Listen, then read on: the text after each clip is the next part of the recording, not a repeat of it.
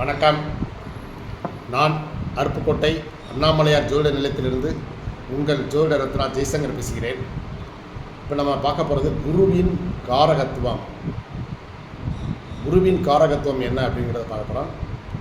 குருவின் காரகத்துவம் குழந்தைகள், முன்னோர்கள், முப்பாட்டன், அப்புறம் வங்கிகள், வங்கி லாக்கர்கள், பூஜை பொருட்கள், கோவில்கள், தர்மஸ்தாபனம், தர்ம காரியங்கள் நடைபெறும் இடம், தர்மசாலா, திருமணக்கூடம், வங்கிகள், வங்கி லாக்கர், தங்கம், பெரிய அளவிலான பணம் புழங்கக்கூடிய நிறுவனங்கள், சீட்டு கம்பெனி, எல்ஐசி, அப்புறம் வங்கியில் வேலை பார்க்குறவங்க, நீதிபதி, நீதித்துறை,